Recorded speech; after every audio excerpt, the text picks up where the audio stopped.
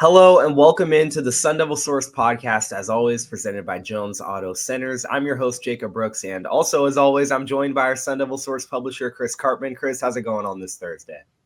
It's going well. Crossover season, got a lot going on. Big volleyball game on tap. We don't talk a lot about volleyball, but Territorial Cup is tonight, Thursday, as we're recording this. ASU's got a good chance in the next week to lock up the Big 12 championship. You got JJ Van Niel really doing some big things, and we're going to have an article about him coming up on the site next week. Also, we'll be in the house for ASU Gonzaga Friday. Yes, we will. Making jokes about just asking Doug Tamaro to roll out some cots for us so that we can take a quick nap. For real.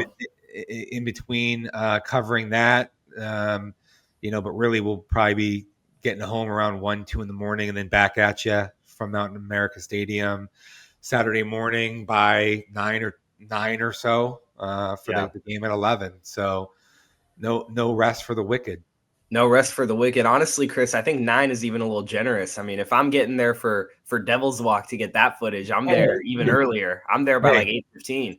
That's why I put a camera in your hands, not my hands. And on this episode, we'll also be joined by Sun Devil Source staff writer Joaquin Rodriguez. Joaquin, how are you doing? I'm doing good. Just like Chris was saying, 9 p.m. first tip on Friday night and back at it again Saturday morning. Yeah, so like they were saying, a morning matchup for ASU football this week. That's what this episode will be, primarily discussing ASU football's upcoming matchup against West Virginia. Everything you guys will need to know in a detailed breakdown. We'll have a special guest appearance in this episode from Chris Anderson from Ear Sports, which is also under our 247 Sports umbrella. So let's just get right into it, guys. Chris, I want to start with you.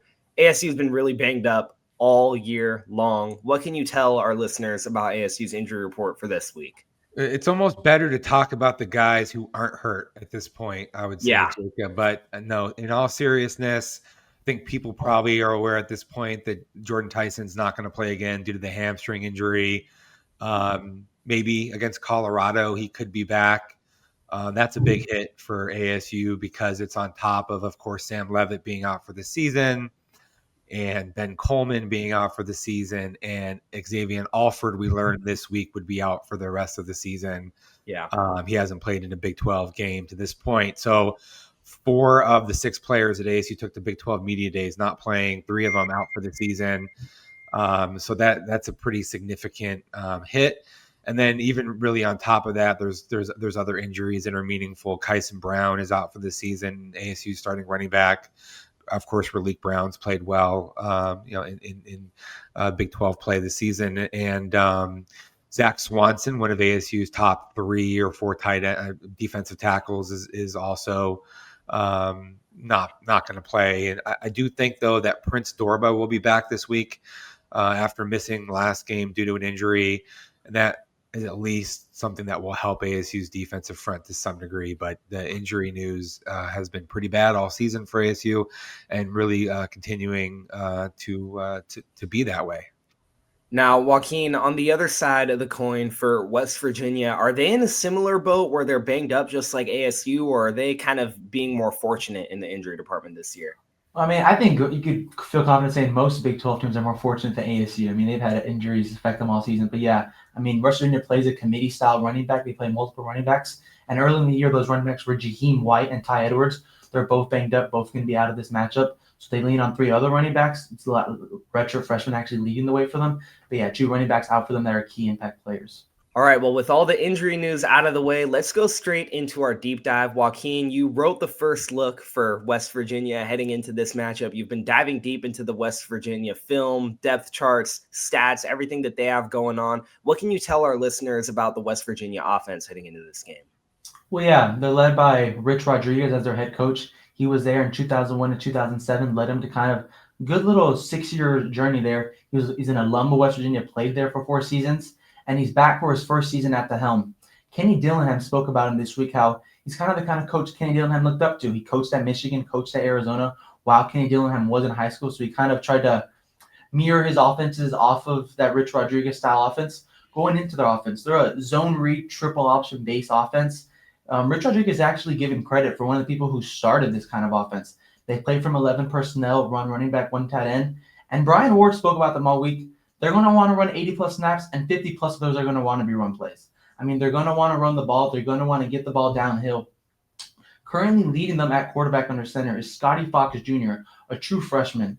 West Virginia's kind of had a roller coaster season in terms of quarterback. They opened the season with Nico Martial, who started the season, who was with the last coach last season before Rich Rodriguez showed up in Morgantown. And then since then, they switched to Texas A&M transfer Jalen Henderson. From there, in the backyard brawl, freshman Scotty Fox Jr. got his first playing time, struggling in that game through 2 interceptions. They went back to another quarterback, and it's kind of just been a plethora of a roller coaster. Ultimately, some injuries favored towards Scotty Fox, and he's been a starter ever since TCU. And in the last 2 games, he's played fairly well. He played really well against Houston, got him a win over a ranked Houston. That was the week after Houston was able to take down ranked Arizona ASU in Tempe. And leading them in the backfield is freshman running back Dior Hubbard. He has 324 rushing yards, 4 touchdowns on 94 carries. And like I was saying, they kind of run that committee-style running back. 2 of the running backs play key snaps. Clay Ash, a sophomore, he has 131 yards on 4 carries. And then Sincere Bowers, 204 yards and 2 touchdowns. Both of those guys are guys who are going to get touches in the backfield, going to be impact players against ASU. And then at wide receiver, Cam Vaughn, he's a junior. He has 30 receptions, leads them in that, 462 yards and 4 touchdowns. He's their primary vertical and possession threat. But like I was saying, they want to run the ball. They want to run the ball 50-plus times a game. They're hardly going to look to him as a first option. It's more of a style of like they want to catch the defense sleeping, catch them on their heels, and then they're going to find the ball in the backfield. So they'll run first. They want to control the clock. They want to control momentum. They want to have long drives. And Brian Ward spoke about it this week. They run the ball on 4th down almost as high as one of the most teams in America. They trust the run. They're going to live off of that. They're going to die by that. And that's just their offense. Yeah, I think it's important to back up a step.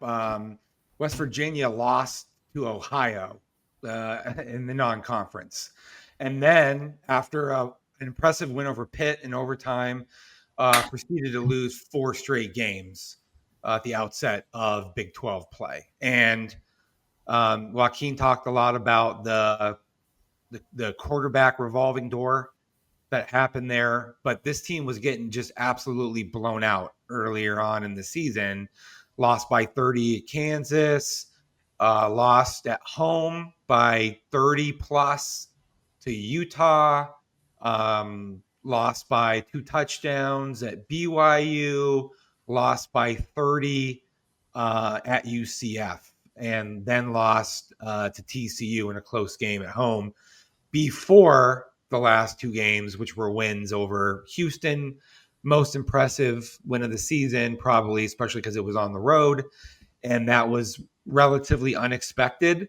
And then beat Colorado, a Colorado team that's been playing really poorly. Kind of everything's fallen apart there. I think the most important thing that people should think about with West Virginia, beyond what Joaquin said about personnel and being really led by a redshirt freshman dual threat quarterback and a freshman running back at this point, is Rich Rodriguez's style of offense. ASU fans are very familiar with that because he coached in Tucson and they played head-to-head for several years. And Khalil Tate was his star quarterback, who was very much a run-heavy style of a quarterback. I think he led the Big 12 the Pac-12 at the time in rushing yards. And then after Rodriguez lost his job, Kevin Sumlin and Noel Mazzoni came in, and then they tried to make Khalil Tate a pocket passer. That didn't really work out, and that caused all sorts of cascading problems that they never were really able to recover from. Rodriguez is an offensive innovator. Joaquin said he's one of the early adopters of these dual threat runs and or the zone read runs, I should say. And what they do with this particular team is because they've used 3 quarterbacks, they have different types of quarterbacks. Fox is less of a wiggly, make you miss type of a QB keeper. He's more of a midline keeper, quarterback draw type stuff. But what they do to set those up is similar to what Utah did successfully against ASU. They run a lot of sweeps and jet actions that are designed to get the ball onto the perimeter, even all the way to the outside, and they use their wide receivers as blockers to be able to create some space for that sweeper to be able to carry the ball behind it. So opponents have to be very good at defeating blocks on the perimeter. They need the linebackers to be able to chase out to the perimeter to anticipate this without getting overzealous and heading in that direction, because of the ability for the quarterback to then pull the ball, reading the linebacker, breaking out, and then taking the ball up the middle. That's the way that they will typically run it with Scotty Fox. They have another quarterback, Wilkins, who's been hurt. He played a lot earlier in the year. He's more like the Devin Dampier style quarterback that ASU played against when it had a really terrible game defensively at Utah, where he had the elusive make you miss style runs.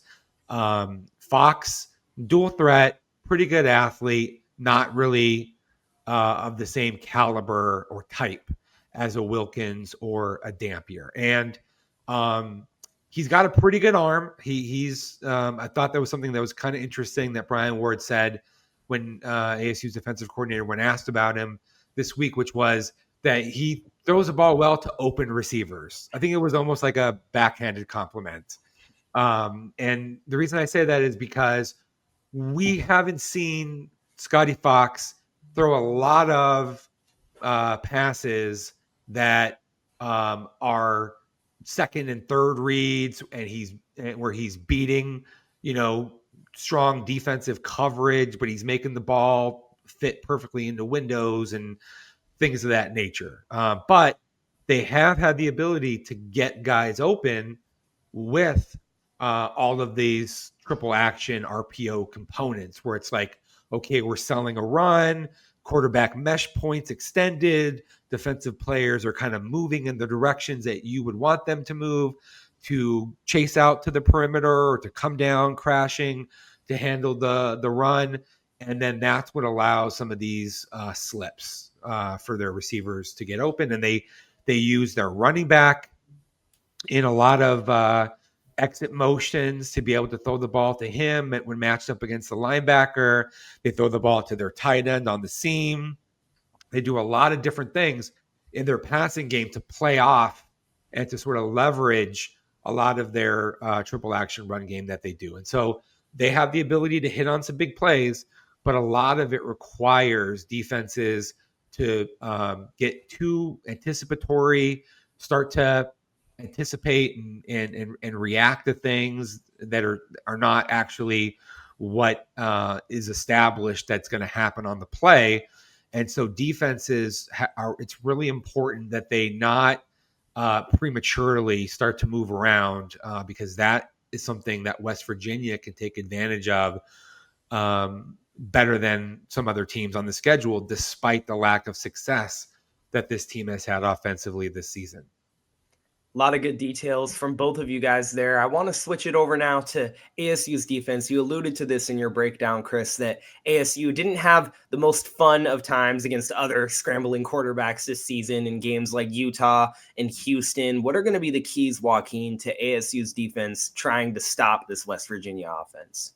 Well, yeah, I think the one thing is going to be tackling. I spoke to linebacker Keyshawn Elliott after Tuesday's practice, and I was like, what are kind of the reasons why you think y'all struggled against Houston and Utah, two other run-first offenses? And he said tackling. He said we can't afford to be missing open field tackles, especially in these style of offenses where you have guys in the backfield chasing running backs, going on those jet sweeps, as Chris alluded to. So tackling is going to be one. And two is going to be pressure on the quarterback. Scotty Fox Jr., like Chris was saying, and Brian Ward, kind of that backhanded compliment, throws good open receivers. He's not used to having a ton of pressure in his face day in, day, snap in and snap out. So if ASU can get quarterback pressure into the backfield in Scotty Fox's face, and then their linebackers and two deep are making tackles in open field and limiting those big explosive plays like Houston had, they obviously opened that first drive against ASU with a 60-plus yard run of Connor Wigman to put them deep into the red zone. I think limiting those explosive plays and tackling and getting pressure in Scotty Fox's face are two things that could really shake up their offense. Their offense isn't the cornerstone of their team. That's not the key reason why they've been on these 2-game winning streak. So I think putting pressure in his face and making open field tackles can set things up perfectly for ASU to be successful. Yeah, I think ASU needs to blow up perimeter blocks or circumvent perimeter blocks. It's a big game to watch. David Robinson, Keith Abney, Kendrick Breedlove, Montana Warren, Ghost Rouser. These guys are going to have to do a good job of making sure that the ball is being given before they react so that they don't get beaten on some of these quarterback extended mesh, pull the ball, throw the ball behind them. So you have to be reactive and you have to be quick and decisive, but you can't be premature in terms of how you're reacting to a lot of these movements. And then ASU's linebackers, they can't void out of their areas. They can't prematurely start to run and chase things because then that's when Fox can keep the ball and cause a lot of problems. I do agree with Joaquin. It's really important to provide pressure that is also really structured. You want to sort of box the quarterback in this style and keep your gap integrity and the run lanes all sort of bottled up while you're doing it. A lot of like bull rush physical style. I noticed that West Virginia against Colorado, even, which is not a very good team, was getting its offensive linemen knocked back into the pocket pretty consistently. And that caused some problems in that game. And what really wasn't until late that West Virginia was able to kind of get a little bit of breathing room in a low to middle scoring game.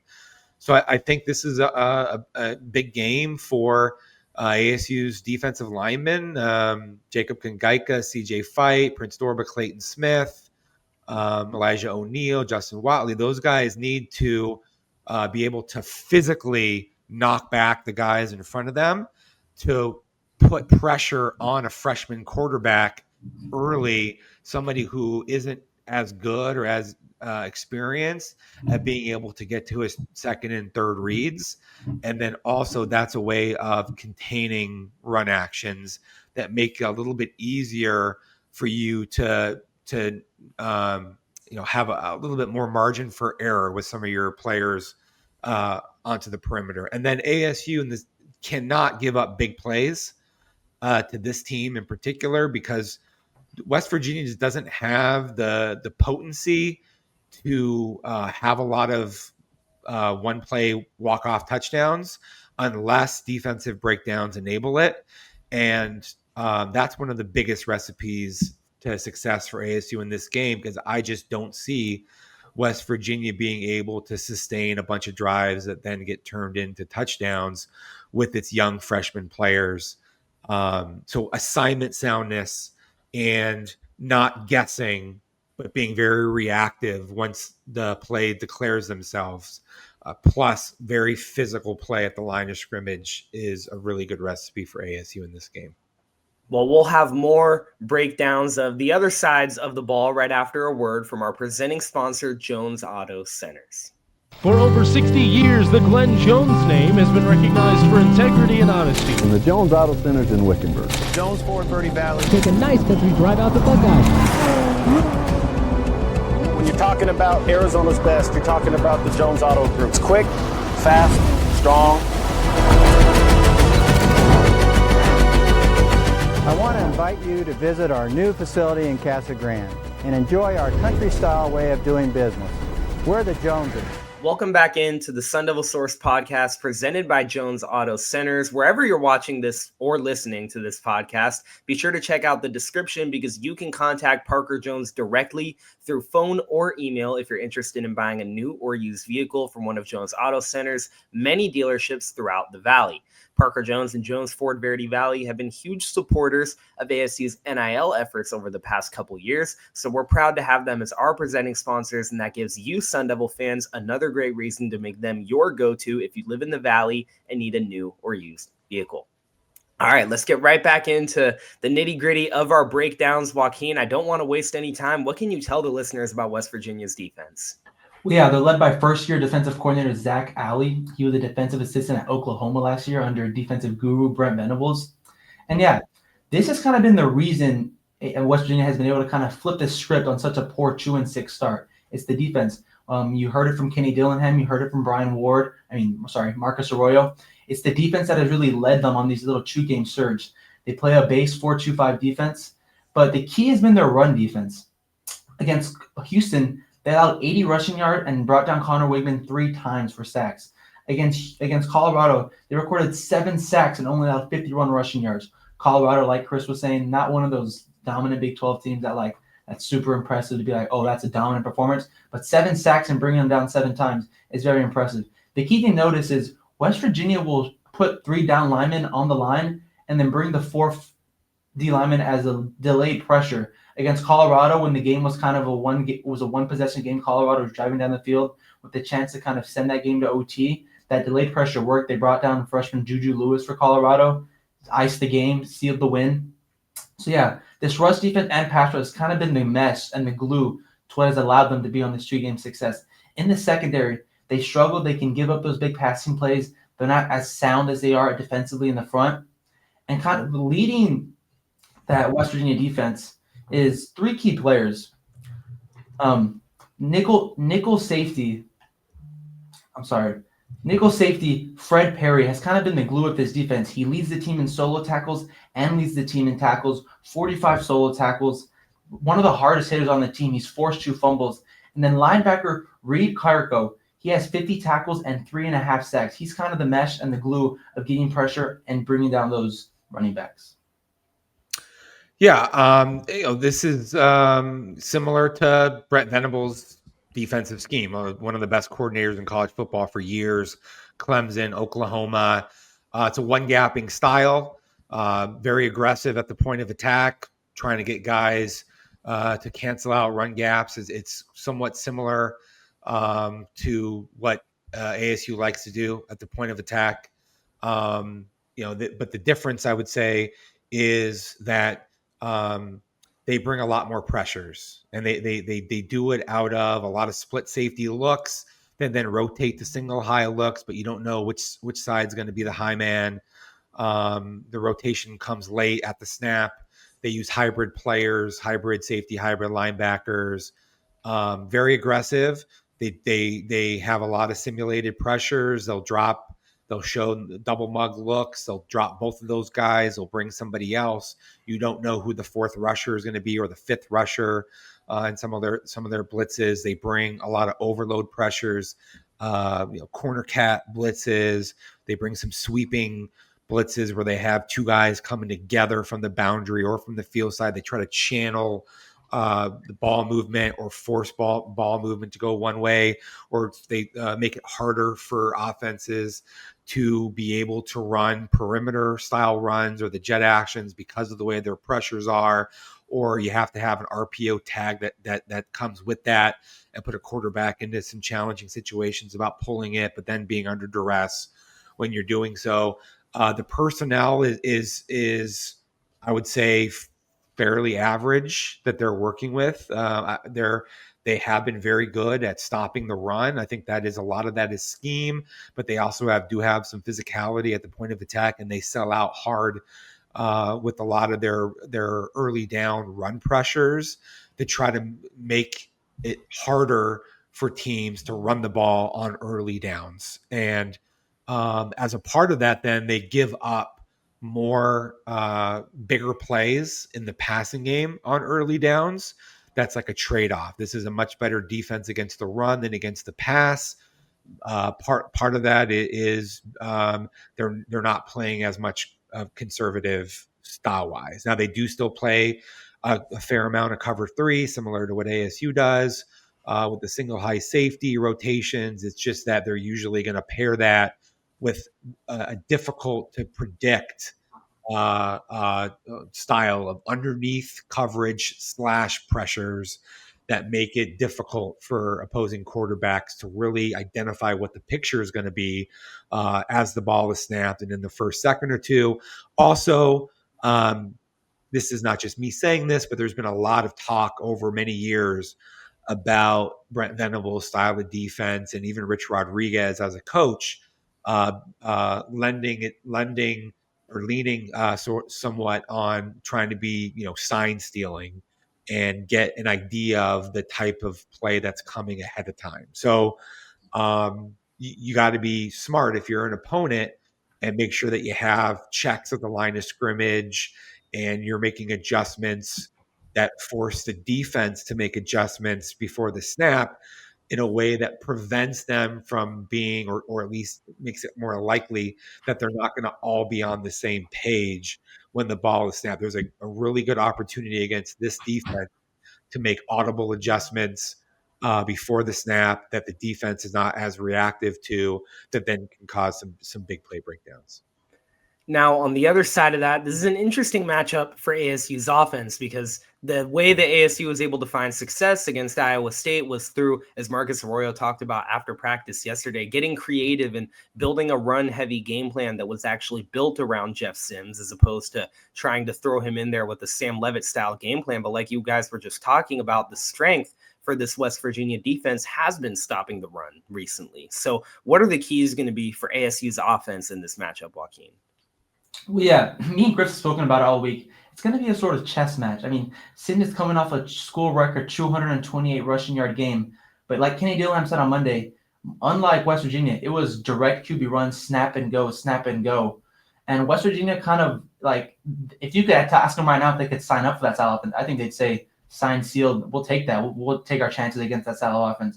So I think it's going to be like on Marcus Arroyo and Kenny Dillingham to scheme up some sort of creative looks, make it difficult on that West Virginia front. Because like we've said, that's been the anchor of their last 2 wins. So if you can force that defensive front to struggle, not give them what they want, not just run it straight down the middle, straight into the defensive line, and kind of bring those misdirections, jet sweep actions, RPO actions. And we've seen Jeff Sims and Shimon Mateer's relationship grow in these 2 starts that he's had. He's the target he's looking for. So those RPO actions with maybe Shimon Mateer streaking across the middle of the field, giving them some open looks, some easy completions, I think that could really test that West Virginia defense and put them in a spot they haven't been in these last 2 weeks. Yeah, this is a more challenging defense to go up against for the run-heavy Jeff Sims approach than Iowa State was. Iowa State played a lot of 3-high safety looks, and ASU was able to exploit that. Got into the 4x1 actions, got the linebacker out of the box, was able to then run against it, away from it, whatever. You're going to have to try to do some of those things in this game. If you're ASU, you're going to have to try to go lighter boxes, design QB run. You're going to pair that with some 12 personnel cut splits where you get a lot of surface areas and bodies rolling downhill and see if West Virginia can stop that. In a way, that approach almost kind of negates that aggressive attacking downhill style to some degree of West Virginia. But I don't know that is going to be enough for ASU to move the ball with any sort of reliability. And probably you're going to see West Virginia sell out with run blitzes in anticipation of Jeff Sims and or Raleek Brown carrying the ball 2/3 of the time on early downs. And so the way that you have to combat that, I think, is to try to max pro with your 12 personnel and take advantage of the man coverage that West Virginia is going to probably give up on the perimeter, which has been more of a challenge for the defense than their run defense. Corner play has been kind of spotty. Like the guys are not rated bad or anything by PFF, but I've seen plenty of opportunities where they haven't come up with passes defended in contested catch situations, or they've allowed bigger receivers like a Malik McClain to be able to make a lot of catches on them. And look, ASU wasn't able against Utah to connect on some of these shot plays against the single high looks. And then that caused a lot of problems throughout the rest of the game. I think in this matchup, ASU is going to have to hit on some of those. We saw in practice on Tuesday that Jeff Sims hit back-to-back big play shots to Malik McClain and then Jaron Hamilton. And then also we saw, that they, were able to get Jalen Moss involved a lot more on the perimeter. Now, Chris, we have a lot more analysis coming up in this episode, but before we can get into that, I can't help but notice the artwork that you have going on behind you. Can you let our Sun Devil fan listeners in on what that's all about? Yeah, so Christopher Roach is a Sun Devil through and through and a noted local artist. Does a ton of stuff that is completely unrelated to ASU, including some landscapes and famous Arizona scenery that he does a lot of prints, but then he also has an ASU component to his website. If you go to ChristopherRoachArt.com, it's ROCHE is the spelling of the last name. He's got the Scatterboo photo or image that you see there on the screen that was a print that he's done. It's behind me on the wall. The Jail Mary, he's got even a signed version of that. And I also have Pat Tillman and Jake Plummer on my wall. And there's the original of the Camp Tonzona water tower. If somebody's interested in buying that, these are the types of pieces that really pop on the wall of an ASU fan who's looking for something that's a little bit more than just your garden variety, landscape style look at Mountain America Stadium or some of the other, common types of art that you might put up that's ASU. So if they have all different sizes and there's, plenty of different options. So I would just say go check out ChristopherRoachArt.com and peruse all the different things on his website. And he's also very responsive if you reach out to him via the website, and it's going to have the ability to help you get whatever you're looking for. All right, back here on the Sun Devil Source podcast presented by Jones Auto Centers. Joined now by Chris Anderson. He's the publisher of Ear Sports on the 24/7 Sports Network. Really happy to have you joining us, Chris. Thanks. Yeah, thanks for having me on. I appreciate it. Yeah. So when you first heard Rich Rodriguez was coming back to West Virginia, like walk me through the what went through your mind then, and then maybe how that has settled on the fan base and everybody in West Virginia since then. Yeah, as the coaching search was beginning, a lot of our intel was saying, hey, Rich Rodriguez is a legitimate option to return to West Virginia. And just knowing how he left, and for those that may be watching or listening that have it very acrimoniously, like just complete disaster, him suing the school, leaving after one of the most heartbreaking losses in school history, and then suing about the buyout and so on and so forth. And it broke a lot of fans' hearts. And I think if you would have asked back in like 2008, right after the year after that happened, like, oh, you will never see him in West Virginia again. And so when we heard that was a real possibility, and you'd seen it over the years, like a little bit of a rehabilitation of his image and his image in West Virginia, really, like among fans. And you're like, man, this could happen. And you could just see, like, especially as somebody who runs a site that has a large fan base on there and a message board, you could just see the immediate split. Like, just like, Sure. There's this portion of people that will never be happy. No matter if he comes back, he could win every game ever, win a national championship. It will not change things. And then some that are like, forgive and forget, let's go. And so, like, me in my mind, I was like, this is going to be either an amazing redemption arc or one glorious disaster. Either way, as you know, as someone that covers sports as well, like either one, that's fine. Like, that's all entertainment. It's all good for business. So it's fine with me. Yeah. And what about in terms of, it's still early on and, things are going to evolve, but in terms of like the style or approach to football or anything off the field, like how has that felt compared to what it was like, in the first time around? Well, this for me feels differently. I mean, again, at the time that he was around, I think I was like just getting out of college, And you knew, he had this approach. There was the hair on fire and the different mottos that were just, we are going to go fast at all times. There is no, no weakness. This is going to be all this stuff. And now it's kind of different mottos, but same, feeling, same mantra kind of thing. Because now it's hard edge. Like we got a hard edge, but it's still trying to get that same thing of just taking a direct approach of, you will either give everything you got or you will not be here, period, end of story. And so there's a lot of similarities in that regard. I think, if you try to think of what's changed, I think he's a little more polished as a coach, obviously, after doing it for 20 more years. But he has really kind of put at the forefront of what his philosophy is as a coach is just, we're giving effort, 100% effort all the time, period. There is no other excuse for anything otherwise.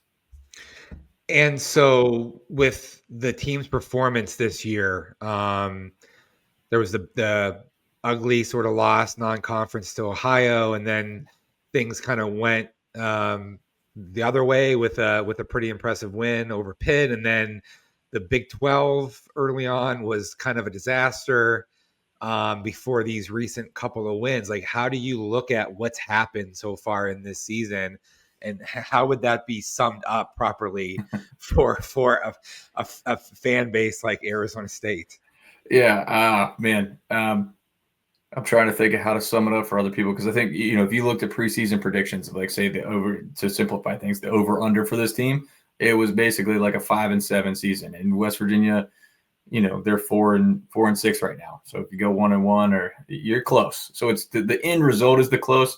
But boy, the journey to get there has been wild, and trying to figure things out. And, some of it we saw coming. Rich Rodriguez has always been impatient with quarterbacks, and his system requires a star quarterback. You cannot put a quote unquote game changer into his system. It will not work. Like his philosophy is to play 11, make other teams defend 11. So you're always going to have a running star athletic quarterback. And if you don't, it's just not going to work. And that's what we saw early in the season. Like Nico Marchio, he's a solid football player. He's a solid quarterback. He is undefeated against Pitt, and he will probably never suit up for West Virginia again. And he will always be remembered for going, undefeated as a quarterback against Pitt.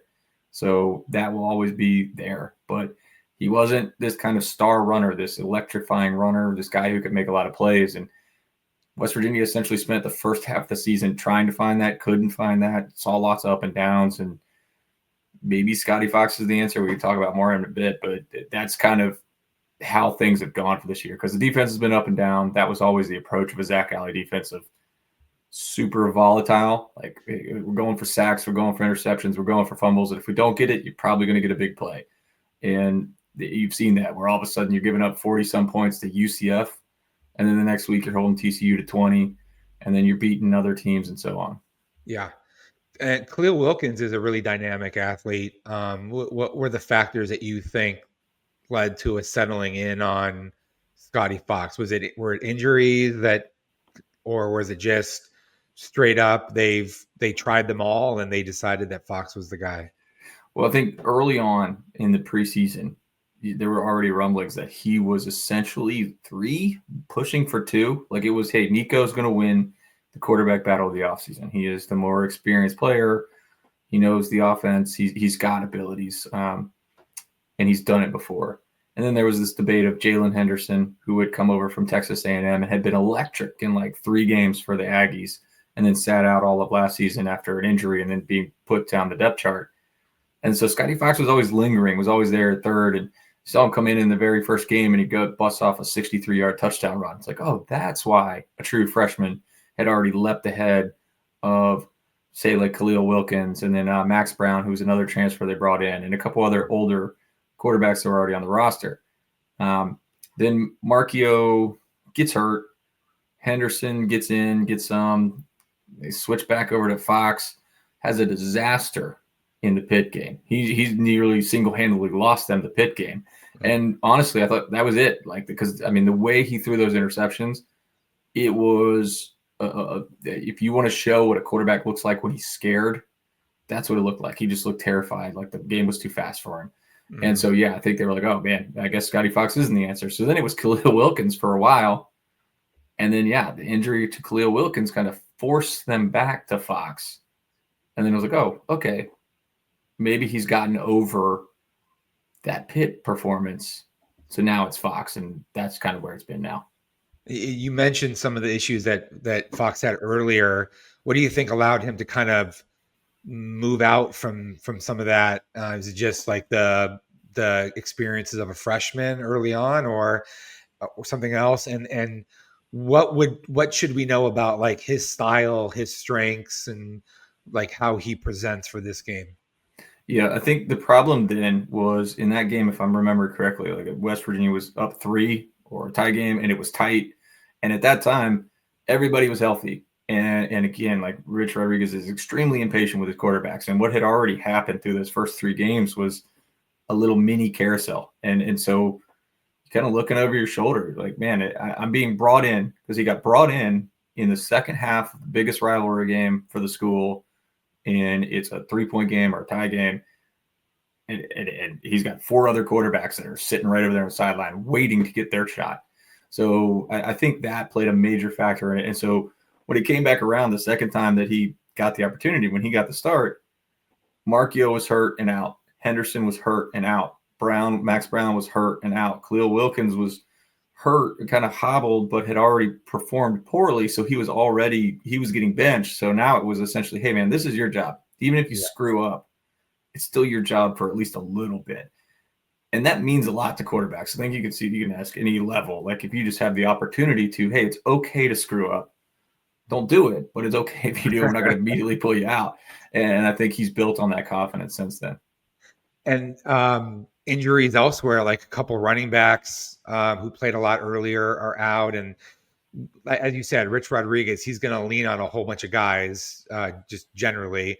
So what does the rest of the offense look like at this point? What would you say are the strengths and the vulnerabilities? Vulnerabilities, offensive line. It's the biggest problem. It's probably the worst unit of every team in the Big 12. Like I say that in all seriousness. I'm not trying to exaggerate.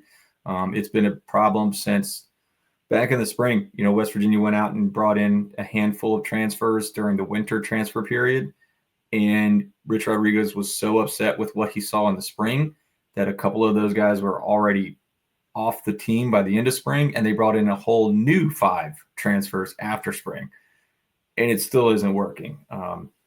It hasn't gotten much better. I mean, one of the stats that I gave out after one game was Dior Hubbard, who, as you noted, was the 4th string running back. I think they could have shot for West Virginia. And he had 51 yards in the game. And it was like, hey, but you know what those 51 yards are? If you go look at like PFF and some of those stats, 53 yards came after contact. It's like, like he has more yards after contact than he has total yards. He's getting hit in the backfield every time. So that's a huge vulnerability for them. Running back, tough spot. I mean, Jaheim White was a guy that West Virginia was expecting to be like an all-conference performer, gets hurt in the second game of the season, first half of the second game of the season, done for the year. And then they go to Ty Edwards, who comes out in his very first start and runs for 150 yards and 3 touchdowns against Pitt, almost single-handedly wins that game by himself. And then he gets hurt on like the last play of the game against Pitt. And I think he did 1 snap a couple of weeks later and hasn't played since. He's done for the year as well. Then you go to Clay Ash, who's been in and out of the lineup, in and off the injury report. I think he's back off the injury report and should be available this week. We'll see. And then finally you're down to Dior Hubbard. And again, they're just kind of bouncing around trying to find guys that can make anything happen. But it's hard to really evaluate them when the offensive line has been so poor. Sure. What have you thought about Zach Alley, the style-wise and how well that he's done with the pieces that he has to work with so far? I think in the offseason, he and his staff did a nice job of bringing in a lot of talent, bringing in a lot of guys that could do things. Because we've seen West Virginia try to piecemeal things together with the transfer portal each of the last few seasons, and it has not worked at all. This year has been, again, a little more hit and miss. There's been some games where you're like, wow, this is bad. But other times where they're getting those sacks, they're getting those interceptions, they're getting those fumbles. I think the big critique, and you've heard Rich Rodriguez say it, like in some of the times when the defense hasn't been great, and you've even heard other opponents talk about it, other opposing coaches say something about it. It's almost like he does too much. It's like a basketball coach where if you could just really, you just want to have like two plays that work really well. And Zach Alley has like a book, like an entire book of things he wants to do. And he will play 30 guys on defense every single game, and he'll run 15 different schemes, and he'll run 15 different blitzes. And sometimes that confuses opposing teams, and they get a lot of sacks. I think they had 7 in this most recent game against Colorado. Other times it's just too much for his own team to understand and to make successful. And so you just do a lot of things, but you don't do any of them well, and then opposing teams take advantage of you. Sure. The one sort of constant that I've seen is they do a good job of sending a lot of bodies to try to stop the run, and that's been pretty successful, especially in recent weeks. So who are some of the standouts that kind of make the defense go? And when things aren't going well, based on what you're saying, that just shows up with assignment errors or breakdowns, or what is it? Yeah, I was gonna say, I think the star player, the guy that revs the engine there is Fred Perry. He plays like this nickelback. It's a hybrid linebacker safety spot that does everything. Sometimes he's deep, sometimes he's a nickel corner, sometimes he's blitzing, sometimes he's acting like a true linebacker. So he's a guy that's kind of the centerpiece of everything that West Virginia does on that defense. When things go wrong, it's typically because it is some sort of exotic blitz or a rush package, or they're biting on a play fake. Because oftentimes when things go wrong, it's leaving the defensive backs in one-on-ones, and they're just getting beat. It's either too long, the opposing team has too much time to try to get open, or they're just not able to win those one-on-ones in coverage, because that's when West Virginia gets hurt. If you go and look at like explosive pass plays given up, West Virginia is one of the worst in the country. But they also have a lot, like they're pretty high up in most pass breakups, passes defended, and they get a lot of turnovers. So it's really boom or bust in that secondary after Fred Perry. Yeah.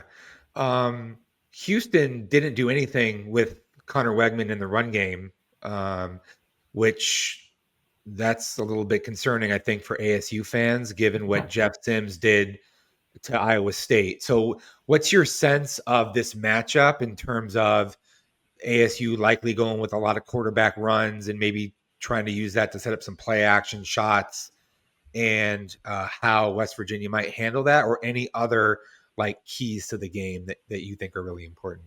Yeah, I mean, I'm interested to see what West Virginia does here, because they've struggled with some of these guys that can move, like a Jalen Daniels. Again, like Jalen Daniels is not a run first guy, but he is very capable of running. And even the guy from Ohio, he didn't do much in the air, but he could run the ball. And I think he had like 15 carries for 80 some yards. And that's the kind of stuff that can kill this defense as well. I'm really curious to see what Arizona State does here. I mean, obviously Sims has a history of being a running quarterback, dating all the way back to his time at Georgia Tech. But Rich Rodriguez was asked during his press conference earlier this week, hey, what's it like game planning for a team that's coming off of an open week? And do you change anything? And he said one thing they really have to prepare themselves for, especially defensively, is for the team that's coming off the open week to do something new, to do something different, to add in a couple trick plays. And I think he was alluding to the fact that, Sims in that first game, he was kind of thrust in. He came in at the tail end of the game before that. I forgot who Arizona State was playing for that one, but Houston, obviously played the whole game against Iowa State and ran 28 times, just a ton.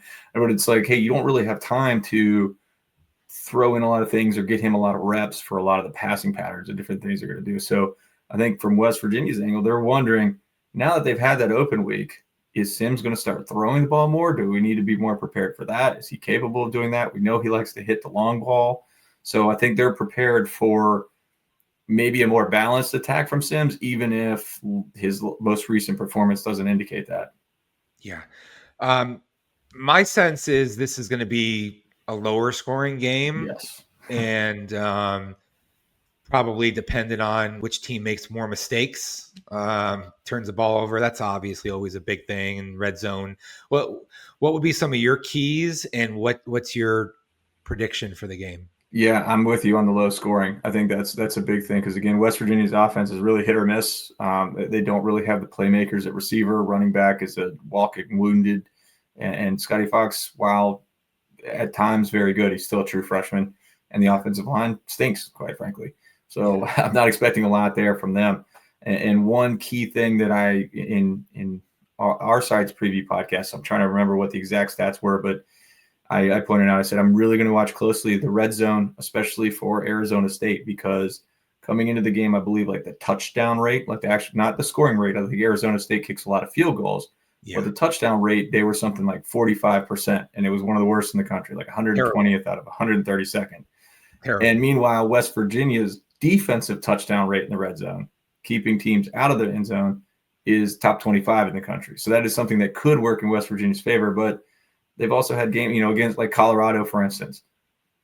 That's a game that West Virginia might not win if Colorado stops, it goes for it, or converts some, because they got into the red zone 5 times, 1 touchdown, 3 field goals, and like a turnover. So it's one of those where a couple of those field goals turn into touchdowns. It's a completely different game. And I think that's going to be something I'm watching very closely here, because in my mind, this is something like a 21-17 type of game. I don't know if West Virginia can go on the road and pull this out. I think I predicted, one of our fans asked us for the mailbag, how does West Virginia go last 2? Can they get in the bowl game since that got brought up?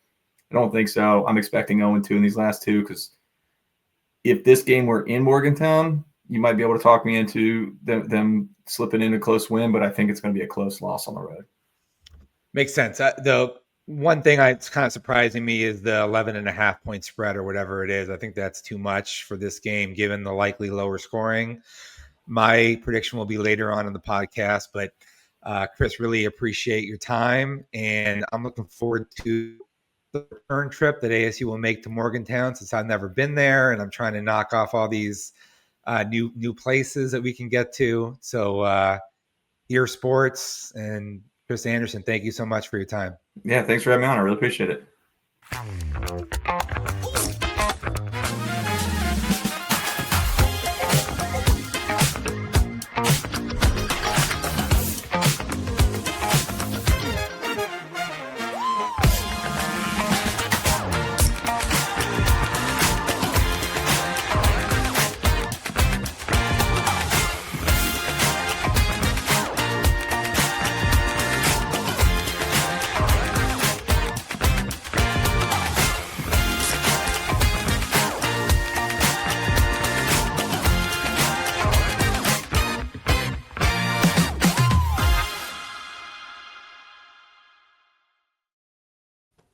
Welcome back into the Sun Devil Source podcast presented by Jones Auto Centers. We appreciate Chris Anderson for giving us his time and analysis. If you want to pursue a chill vibe or get a boost or drink something that'll help you get sleep without any of the extra calories, sugar, caffeine, or carbs that we know you don't want, make sure you visit drinkontheslide.com and use the Sun Devil Source QR code that we have on screen right now for an extra 20% off your order, no matter what you decide you want to purchase. All right, guys, let's get into that part of the episode that everybody came here for, keys to the game and predictions. Joaquin, I want to start with you, then Chris, then I'll go, and then we'll have our other Sun Devil Source staff score predictions.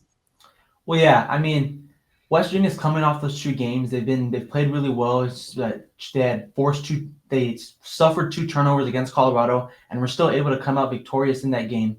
With all that said, I expect Marcus Roy and Kenny Dillingham to understand that with the whole bye week, with time to plan for West Virginia, regardless of how good they've been, I think personnel-wise, West Virginia just doesn't jump off the page. Chris alluded to this. You look at their PFF stats, nothing jumps off like, oh, this player is a key player to watch out for. Everyone's very average and does their role. And I think ASU, regardless with or without Jordan Tyson, has the ability to outmatch their cornerbacks, outmatch the secondary, and then at the line of scrimmage. I mean, ASU's had that roster turnover with the offensive line. There's been changes throughout the season. But with all that said, I think Raleigh Brown's played fairly well. I think Jeff Sims, coming off that historic performance, has a chance to, by no means match that performance, but play fairly well, connect with Jaron Hamilton, Malik McClain on a few deep shots like we've seen at practice this week. So I have ASU ultimately coming victorious 27-20. Yeah, it's hard to pick against ASU in this one. You look at the over-under, 48.5, okay?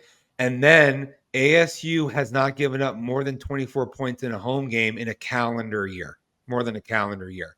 So you put those 2 things together, and even though the line of 11.5 seems a bit high, with Jeff Sims playing as a backup, no Jordan Tyson, and the other injuries that ASU has, there's just no really way by which you can pick ASU to lose this game, with West Virginia having to travel from east to west and all of the challenges associated with having a young offense with multiple freshmen leading it, going up against this ASU defense. I think the way that ASU would lose the game would be Jeff Sims being turnover prone again, as he was against Iowa State, but without the success that he was able to put together on the field via, having way over 400 yards of total offense himself, between 177 passing yards and the 280, whatever it was, rushing yards.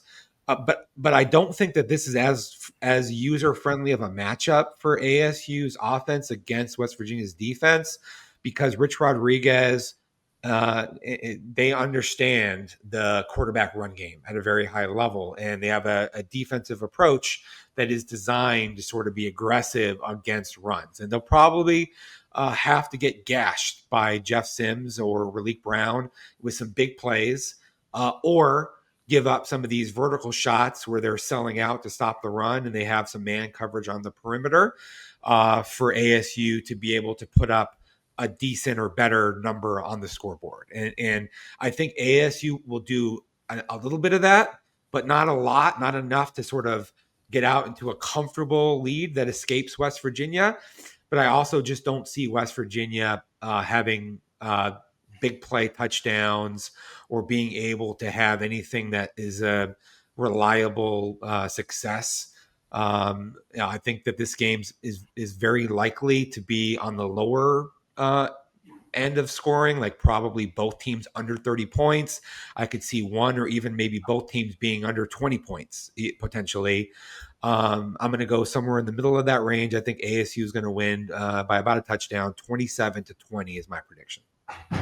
All right, well, there you guys go. For me, my keys to the game are two big things. The first one is going to be ASU's second level tackling against this West Virginia offense that likes to get quarterback runs, likes to get tricky with the option plays. I think that was something that ASU evidently struggled with against Utah, and I think that that's going to be the key to making sure that West Virginia can't come into Mountain America Stadium and dictate the tempo of the game.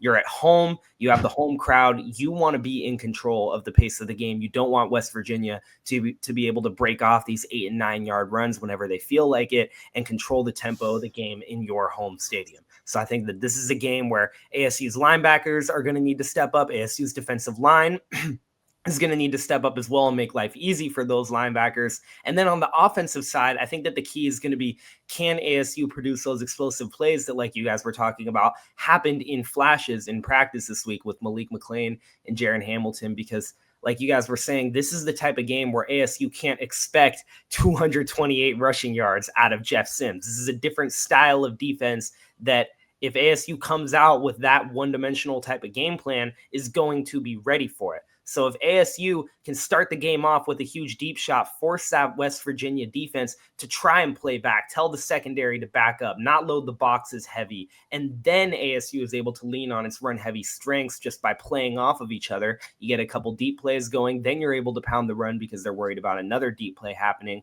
That's my biggest key for ASU's offense. I agree with you, Chris, in the fact that I think it's going to be a lower scoring game that goes on the under end of that over under that you were talking about. My official prediction is ASU winning 20-16. I think it'll be a lower scoring game. I think we're going to see a fair amount of field goals from both sides. I don't think West Virginia's offense is going to be able to get much going, but I do think that West Virginia's defense is going to be able to hamper ASU. And this is going to be one of those games where Kenny Dillingham comes into that post-game press conference and he's like, look, we won, but it was an ugly win. That's the kind of game that I'm predicting on tap. As for our other Sun Devil Source staff members, Sun Devil Source staff writer Jake Sloan predicted 24-17 ASU winning. Staff writer Luke Lendler predicted 27-20 ASU winning. Chris immediately replied to that text and said, Luke, you stole my score prediction.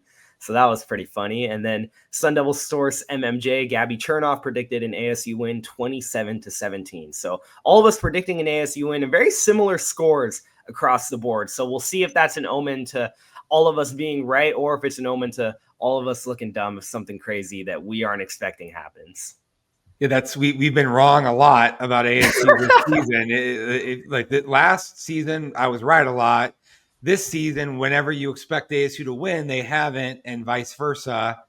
Let's see if we can get back on track with our predictions. We'll see if we can get back on track, but I will give us a little bit of credit. This has been a very unpredictable and injury-riddled season for ASU. I don't feel like this is us just having like really obvious whiffs that everyone pregame would have been like, "Oh, you guys are so wrong about that." It's just been a roller coaster of a season for the Sun Devils, to say the least. Mm-hmm. Couldn't disagree with that at all. Yeah, well, that'll just about do it for this episode of the Sun Devil Source podcast. Make sure you're staying tapped in on our Sun Devil Source website because we have a lot of very cool content coming for you guys soon. Chris is going to have a lot of his breakdowns coming up. He's going to be talking about a potential key young guy on ASU's roster having a potential position change. He's going to be breaking down the NFL draft possibilities and situations for a lot of the older guys on ASU's roster, what ASU's approach should be to the transfer portal. And then, like we were talking about at the outset of this episode, it's a big next 72 hours for ASU athletics. Chris and our Sun Devil Source staff writer Jake Sloan will be at ASU Volleyball's Teacup game tonight against Arizona.